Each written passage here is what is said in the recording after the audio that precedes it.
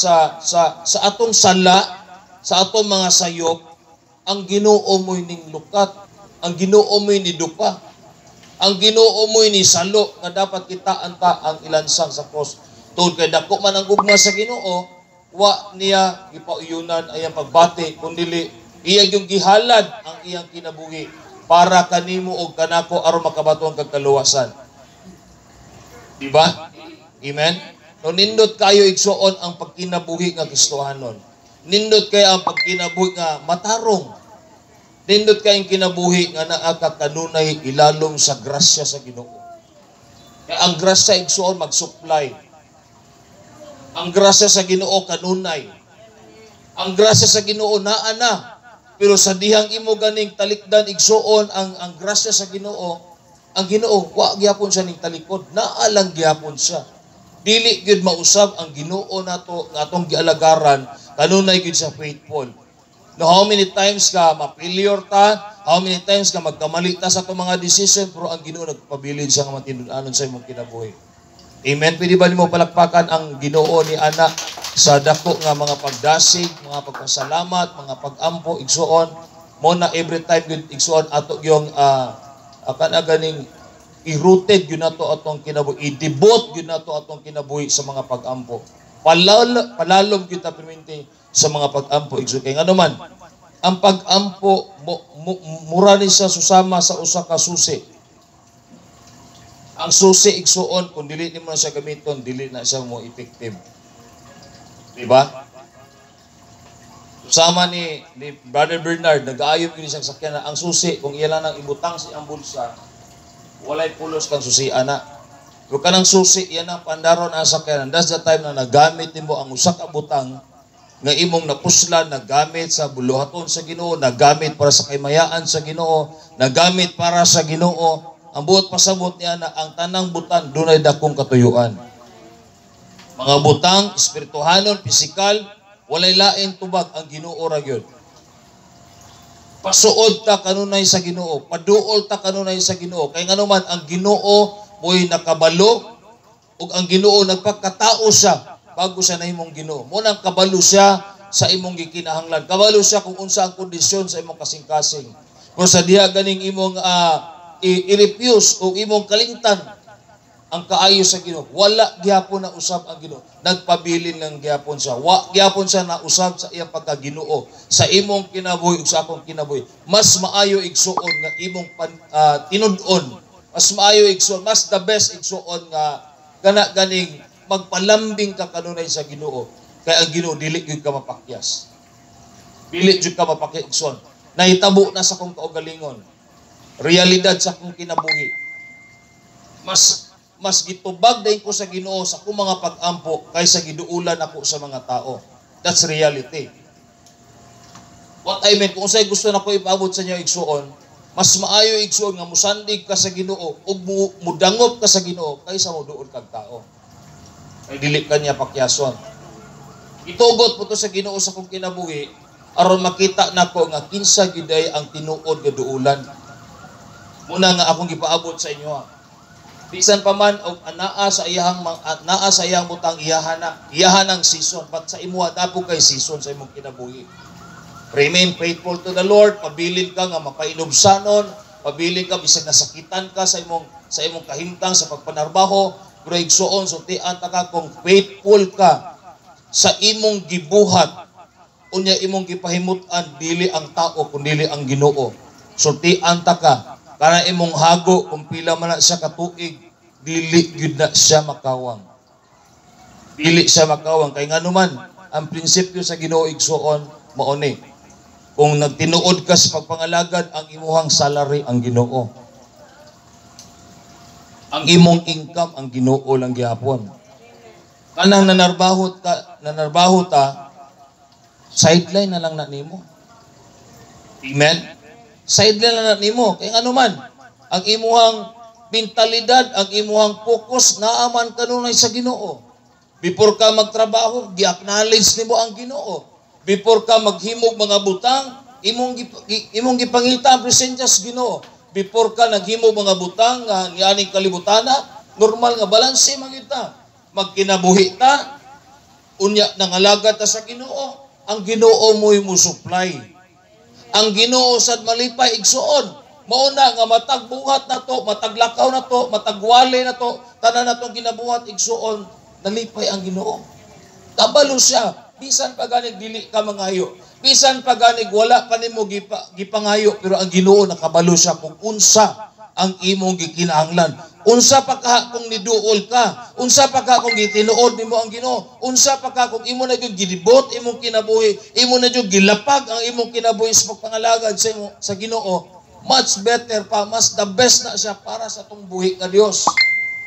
Amen. Kaya samtang naapat at diri igsuon sutian ti ka ang tinuod gyud nga rest. Okay. Nawali na ni Pastor Edward diri. Ang tinuod gyud nga rest, naa gyud sa presence ni Lord. Pag naakas kakulian, naakas kasamok, naakas sa depression, naakas sa dili maayo, naakas kabalaka, pahulay. Di ba itong pahulay nga naa sa minteryo? Kaya di naman ito mo bangon po. Pahulay means, wag tangon nimo ang mga negatibo. I-reject nimo ang mga pagkinahanglan. Hulat ka, pahulay ka, na malanlong ka sa Ginoo, nag-ampo ka, gihulat nimo ang pabor o panalangin sa Ginoo, kay musugot kag sa dili, basta muampo ka igsuon, ang langit maabli gyud para sa imo ka. Amen? Mao na blessing sa Ginoo. Pero ka nang naningkamot yung kag maayo igsuon para madato ka, naningkamot yung ka kay para makasupply ka sa needs sa imuhang estudyante, dili na siya sayo. Pero sultian ti ka ang balanse ni ana igsuon kung naningkamot kag maayo para sa imong ugma sa imong mga anak, mas maayo nga imong i-acknowledge og una ang Ginoo. Pangitaa una ang Ginoo bago ka mubuhat og mga butang. Kag gikinahanglan nimo balanse ta igsuon. Balanse ta sa pagpanarbaho, negosyo, eskwela tanan. Balanse ta kinahanglan dunay kay time. Musubot kag sa dili igsuon kining atong gibuhat diri mukanto gini siya, mutumoy gini siya og pagpahimuot sa Ginoo.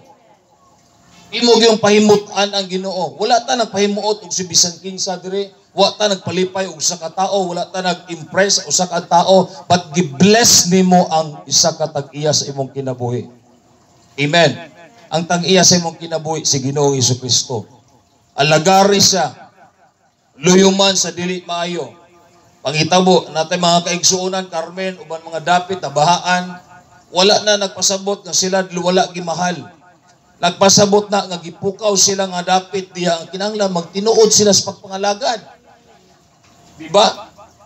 Kabantay mo igsuon, ako'y bago kumutapos at sa Holy Communion, akin ni si Brother Bernard, kabalo maginig, panday.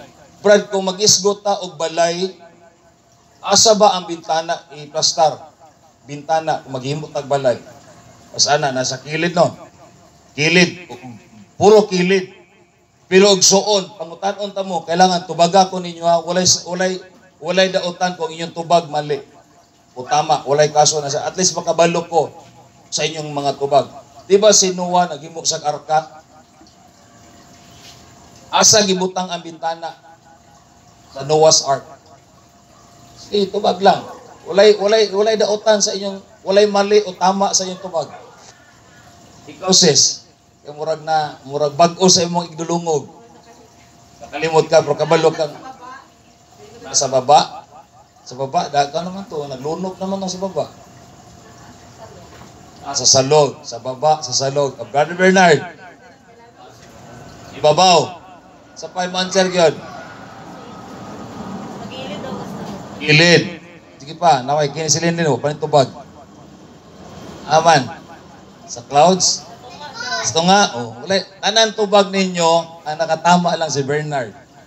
Ito mo answer, Brad? Sa taas. Tama, ang arka, ang bintana, ay po, pahimog balay nga sa bintana, nasa taas. Lahi ito, duwa to, dito balay. Ha? Para kabalot ba? Abi ni mo, John, ang Ginoo, bright kaayo ba? Bright kay Bernard, bright kay ang Ginoo. Kaya nga naman, kung gibutangan sa Ginoo og bintana, siya biya ang nagpasukod anang Noah's Ark. Nanay sukod, dili na ka ng sulagma lang, nagpanday lang Noah diya, ulay kaalam, nanay mga sukod igsuon. Nanay mga sukod. Nganong wala gibutangan sa Ginoo o sa kilid nga mga bintana, sa salog. Wala to'y kaso inyong mga tubag. Para sa kuha, okay to siya kay tubag man na siya. Abi ninyo igsuon, nganong wala gibutangan sa Ginoo sa kilid. Tungod kay madistract ang Ginoo. Madistract siya. Pila lang gud ang luwas. Mag-asawa ni Noah. Iyang mga anak, niya makitaan sa Ginoo nga wala nangalunod ng mga tao dito. Ini. Si Pastor Edward pa, it will blow your mind. Nganong naa sa taas ang bintana, dapat luyo sa imong kinabuhi. Susama sa gi-share ni Sister Michelle. Luyo sa imong problema, kabalaka, depression, anxiety, look up. Hangad ka sa langit, ayaw duko. Kay makita gini mo mga tao, nabahaan, wala na gikaon, puno na sa problema, kay sige kag duko. Una ang bintana sa Noah's Ark, naa sa taas. Kay si Noah, sige lang hangad sa langit. Pagpasalamat. No? Kay kung tama man yun, ako alam to papanabot ha. Kung ang bintana na skilid, pwede mabuslot, pwede maunsa diya, pero madistract yun. Madistract yun ka. Kung naman kay problema, igsuon, ayaw pagduko permente. Duko lang kung mag-ampo ka. Amen. Amen. Na-excite mo sa mubo lang istorya, no? Naisalog. Ito mali para sa ko dili na sa may. At least ka na interactive ba? Tamoy gitubag. Kurang tama si Brother Bernard naa sa taas. Sa taas kay ma-distract man jud ka. So kabalo na ka karon pag naa kay problema imong buhaton hangad. Ay labog hangad permente. Tawag ka po ng Ginoo, Lord, kinahanglan ako imong tabang, nagduko na ka igsuon. Duha ka tuway-tuway sa mga pag-ampo. Ikso na binimo ang gahom sa mga pag-ampo. Kanang yawa ba, di na naganahan sa mga musulod sa inyong balay. Sige makag-ampo, di na ko ganahan ng balayan eh. Grabe man, ang puon kayo. Di na po din, mangita na po siya dapit. Abi ni mo nganong ang tao, dili kay sila kalautay sa pagpangalagad, kay naa sila kanunay puron. Dali ka kay sila birahon, luya sila, walay mga pag-ampo. Ang balay nga punog pag-ampo, di man na malikayan nga naisamok. Pero mas makusgan yung kag maayo. Kaya mo ampo makaigso. Palakpakan to si Jesus Igsoon. Sister Judith, wala lagi miski. Paliyog ko, Sister Judith, o Brother Bernard. Let po distribute sa